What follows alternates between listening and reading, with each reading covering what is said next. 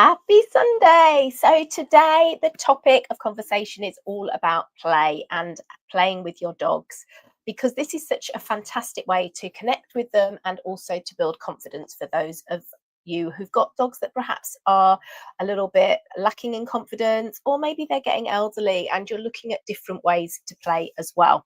Now, play is one of the things that I'm going to be covering in my upcoming workshop, Freedom from Fireworks. Start now, not November, because everyone always leaves it too late. And if you want to learn more about how I can help your dog if they are one that's struggling, not just with fireworks, but also noise, then do check out the links.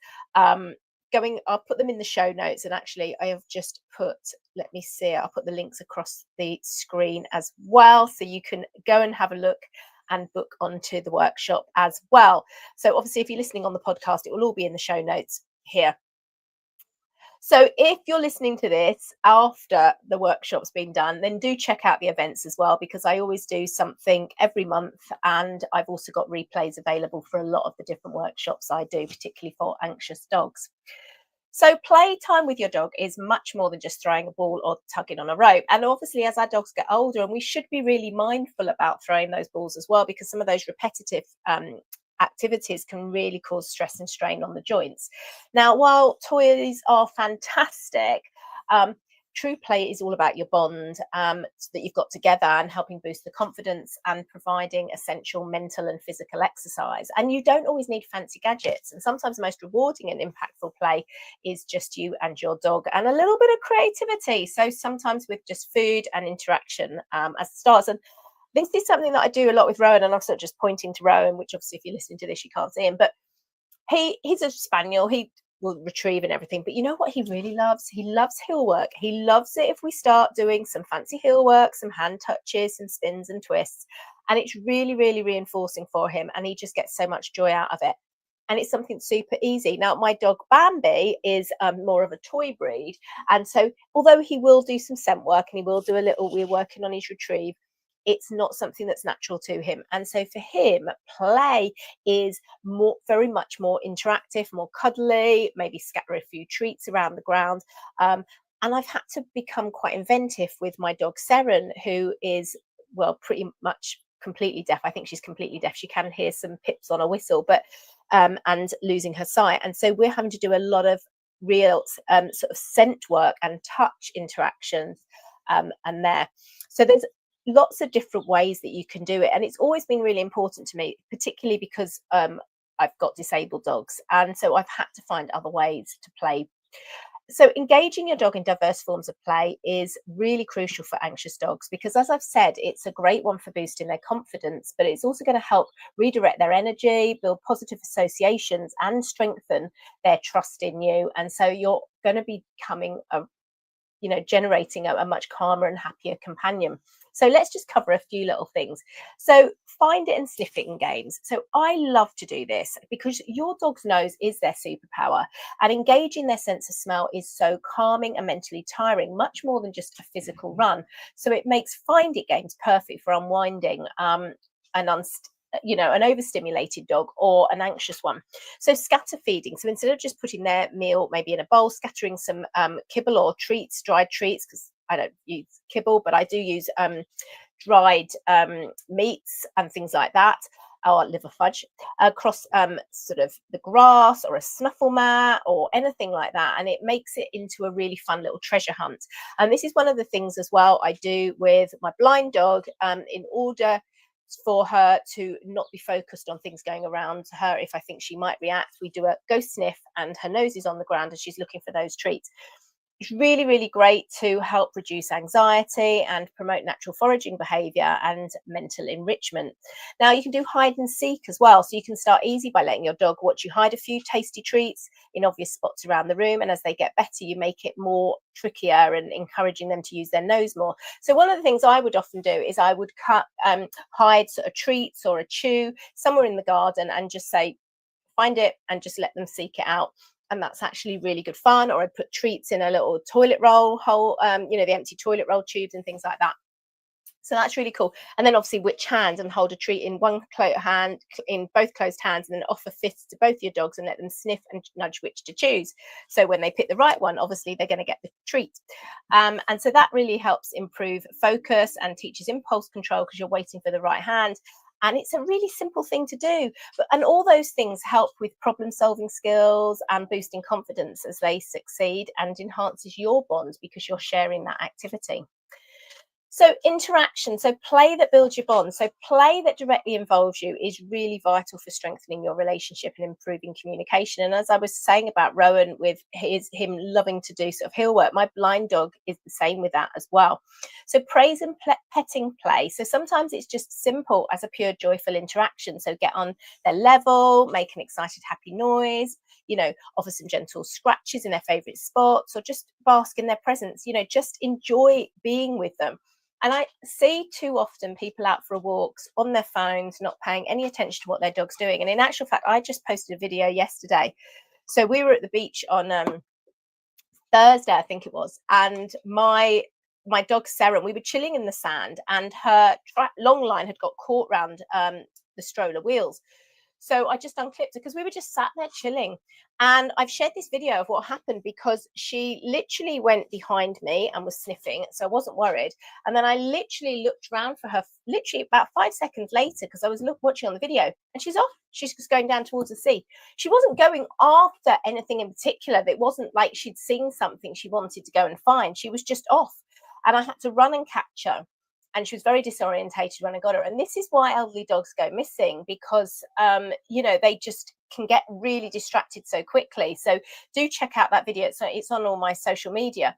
But, just interacting it with them. There was a point to that. What was it? Yes, just about interacting with your dog when you're out for a walk, to build that bond, and not just let them, do their own devices all the time, because they can go missing so easily, and whether they're young or old. And Seren's always had a brilliant recall, so make it clear that you're having fun with them, and do some sort of maybe chasing games. Some hide and seek is really good as well, because dogs love to chase, don't they? So if you can do a bit of running around, and get that interaction going with them, because this is really going to build your emotional connection and create positive associations with your presence, which means your recall is going to be so much better. And also little things like chase games, if you can do that, that's obviously going to burn some energy and build some confidence. And I will actually add that in with Rowan. We'll do some chase games, and we'll do some spins and twists. And today we ended up going out for a walk, and we went on a different way because I'd seen some fire. I had to call the fire brigade. So I was on a different path to try and tell them where they were, because I was across the river. Anyway, so Rowan was on a bit of path that I don't think he was comfortable on. And in order that I could get him to walk, what we did was we did a little bit of play. I crouched down. I did some little chasing.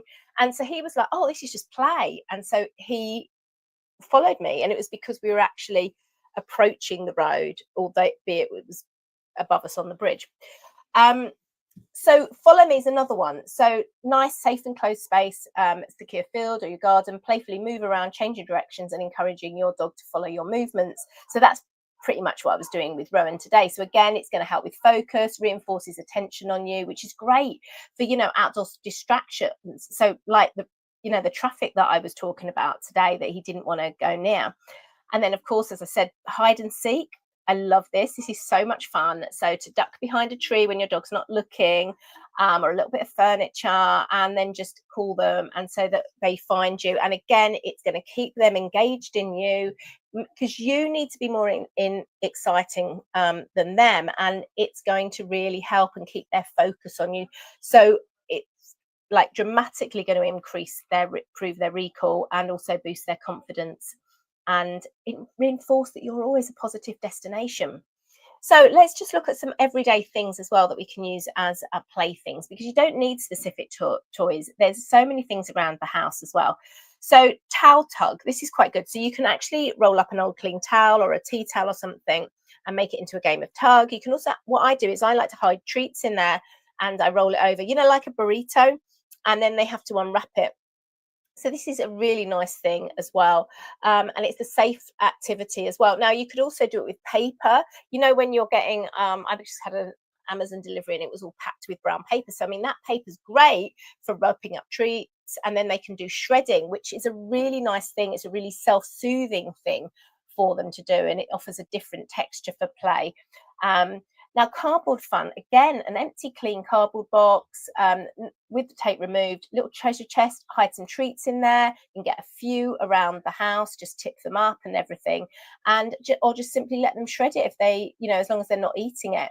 It's a great way to have a safe outlet for destructive tendencies where they want to shred things and provide sensory enrichment and so for my dog Seren, she loves the inner tube of the toilet rolls. That's something she loves to do. She likes to shred them. So I actually have a bag in my bathroom where the empty toilet rolls go, and then I can always give her one because she loves it. First thing in the morning, as I literally sat on the loo, she always wants to have something, and she will spin. And she's actually got a poorly eye, which I think she's done because she's hit it in some way, but hopefully it's improving. But this is really self-soothing for her, and she's obviously been through a lot of things in the past couple of months because obviously I lost 2 of my dogs in May, and it's really hit her badly because one of the dogs was her really, really bestest, closest buddy, you know, real sister, and it's really been difficult. So this is really comforting for her. And then, you know, water play as well. So, I mean, my springers love water. So, you know, warm day, shallow pool, a sprinkler or slow trickling hose. If this is nice to them, it might be repelling for them. So, you know, it's only if it's nice for them and you can throw things. And I got a paddling pool. It was funny because a video came up on my memories a couple of weeks ago. I got a paddling pool. Like, I can't remember if it was last year or the year before, but I'm so excited. I've got a paddling pool because I kept thinking I will get a paddling pool. I don't think it was last year because last year we didn't really get a summer. It must have been the year before. But anyway, got this paddling pool in the garden. Super excited. Not one springer went in it. Not one. So I'm throwing some toys in it. None of my springers went to get it. Now, these are dogs that will go in rivers. They love to go in the water, but no one went in the pool.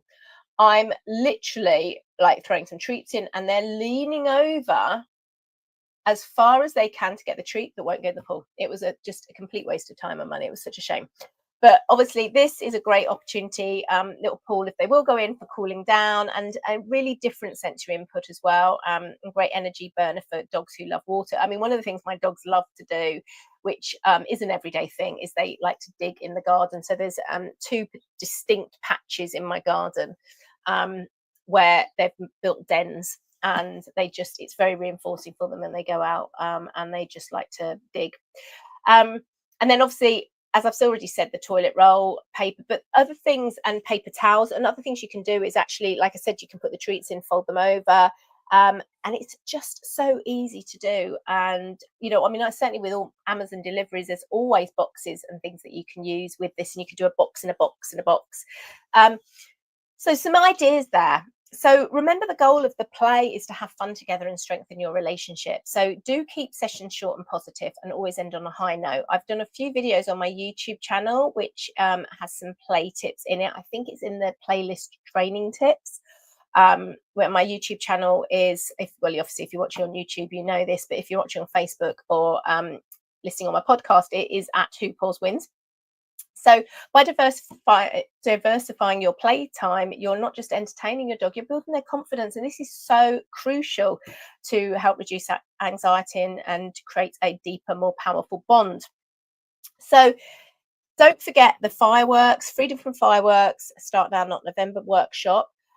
Do check that out, or another workshop that I have on if you're listening to this later. I do one-on-one behaviour consultations as well. So if your dog is stressing you out, I help pet owners one-on-one to help their dog have more confidence and learn to relax. So message me via the links in the show notes. Or if you want to get my canine calming kit, you prefer a more DIY approach, I've got a kit with access to my members course and offers behavioural help as well, and a full section on play, expert essential advice, full instructions, and a plan to get you started. So you can get that by popping to my store. If you've got any questions, don't forget to let me know what they are and I'll answer them. And I would love to know what you want to learn about, because it's really important to me that I create content that people want to listen to. And if you've enjoyed this, I'd really appreciate it if you'd hit the follow button or the subscribe button, depending what platform you're on, and please share it as well. And if you'd give me a 5-star review, I would really appreciate it. Don't forget the workshop that's coming up, and stay safe, stay well. Bye.